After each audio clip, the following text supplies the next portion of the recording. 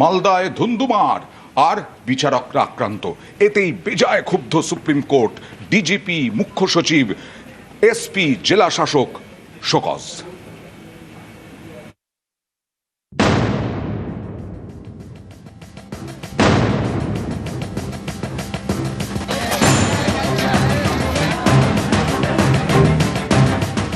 এসআইআরে নাম বাদ যাওয়ার অভিযোগ প্রতিবাদে বুধবার মালদার কালিয়াচকে অশান্তি, 7 বিচারককে ঘেরাও। এতে ক্ষুব্ধ সুপ্রিম কোর্ট। বৃহস্পতিবার সুপ্রিম কোর্টের প্রধান বিচারপতি বলেন, আমি রাজনীতিকরণ চাই না। বুধবার রাত 2টো পর্যন্ত রিপোর্ট নিয়েছি। মৌখিকভাবে কড়া মন্তব্য করতে হচ্ছে। আমাদের কাছে খবর আসে 7 জুডিশিয়াল অফিসারকে কালিয়াচকে ঘেরাও করে রাখা হয়েছে। এর মধ্যে 3 জন মহিলা। রাজ্যের সর্বোচ্চ প্রশাসনিক আধিকারিকের সঙ্গে যোগাযোগ করেন রেজিস্ট্রার, বলেন ব্যবস্থা নিতে, কিন্তু রাত 8:30 পর্যন্ত কোনো ব্যবস্থা গ্রহণ করা হয়নি। স্বরাষ্ট্র সচিব আশ্বাস দিলেও উল্লেখযোগ্য পদক্ষেপ করা হয়নি। জুডিশিয়াল অফিসারদের জলটুকুও দেওয়া হয়নি। কলকাতা হাইকোর্টের প্রধান বিচারপতি জানিয়েছেন, ঘটনাস্থলে পুলিশ সুপার বা জেলা শাসক যাননি। রাজ্যের ডিজিপি এবং স্বরাষ্ট্র সচিবকে ফোন করেন হাইকোর্টের প্রধান বিচারপতি। এরপরে তারা প্রধান বিচারপতির বাড়িতে যান।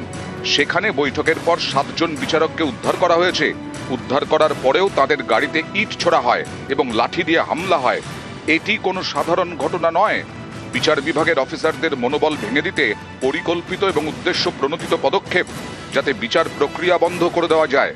আমরা কাউকে নিজের হাতে আইন তুলে নিতে দেব না। এতে পশ্চিমবঙ্গ সরকারের গাফিলতিও রয়েছে। কলকাতা হাইকোর্টের প্রধান বিচারপতি প্রশাসনিক গাফিলতির কথা জানিয়েছেন। তখন মামলাকারীর আইনজীবী মেনকা গুরুস্বামী বলেন, নির্বাচন কমিশন একাধিক আধিকারিককে বদলি করেছে রাজ্যের বাইরে, আমাদের কিছু করার নেই। সলিসিটর জেনারেল তুষার মেহতা তখন বলেন, বদলি সবসময়ই হয়। কমিশনের আইনজীবী ডিএস নাইডু বলেন, আইএএস আইপিএসদের বদলি নিয়ে মামলা হয়েছে কলকাতা হাইকোর্টে, সেটা খারিজ হয়ে গেছে। বিচারপতি জয়মাল্য বাগচি বলেন, সেটা নিয়ে প্রশ্ন তুলছি না। যারা এখন দায়িত্বে রয়েছেন তাদের নজরদারি বাড়াতে হবে। সরকার এবং বিরোধী পক্ষ সবার সমানভাবে এই ঘটনার নিন্দা করা উচিত। রাজ্যের অ্যাডভোকেট জেনারেল কিশোর দত্ত বলেন, আমরা দায় এড়াচ্ছি না, আমাদের দায়িত্ব রয়েছে। বিচারপতি জয়মাল্য বাগচি বলেন, আপনাদের পদক্ষেপ করা উচিত যাতে জুডিশিয়াল অফিসাররা নির্ভয়ে দায়িত্ব পালন করতে পারেন। এরপরেই কড়া নির্দেশ। নির্বাচন কমিশনকে সুপ্রিম কোর্টের নির্দেশ, মালদার ঘটনার তদন্তভার সিবিআই অথবা এনআইএ কে দিতে হবে। কেন্দ্রীয় সংস্থা তদন্ত করে সরাসরি সুপ্রিম কোর্টে রিপোর্ট জমা দেবে। মুখ্য সচিব, ডিজিপি এবং মালদার জেলা শাসক ও পুলিশ সুপারকে শোকজ করা হলো। প্রত্যেককেই আগামী সোমবারের শুনানিতে অনলাইনে উপস্থিত থাকতে হবে। বিচারকদের নিরাপত্তার জন্য কেন্দ্রীয় বাহিনী মোতায়েন করতে হবে। বিচারকদের বাড়িতেও কেন্দ্রীয় বাহিনী দিতে হবে। তাদের পরিবারের সুরক্ষা সুনিশ্চিত করতে হবে। বিচারকদের নিরাপত্তা সুনিশ্চিত করতে নির্বাচন কমিশন এবং রাজ্য সরকার যা যা পদক্ষেপ করার তা করবে।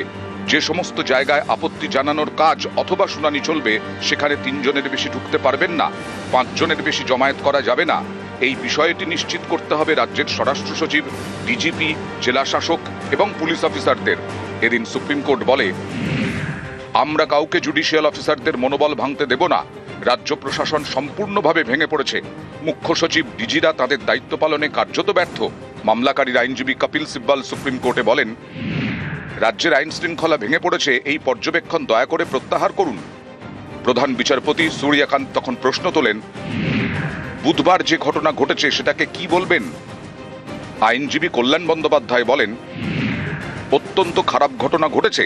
নির্বাচন কমিশনের হাতে 15ই মার্চ থেকে সব ক্ষমতা চলে গেছে।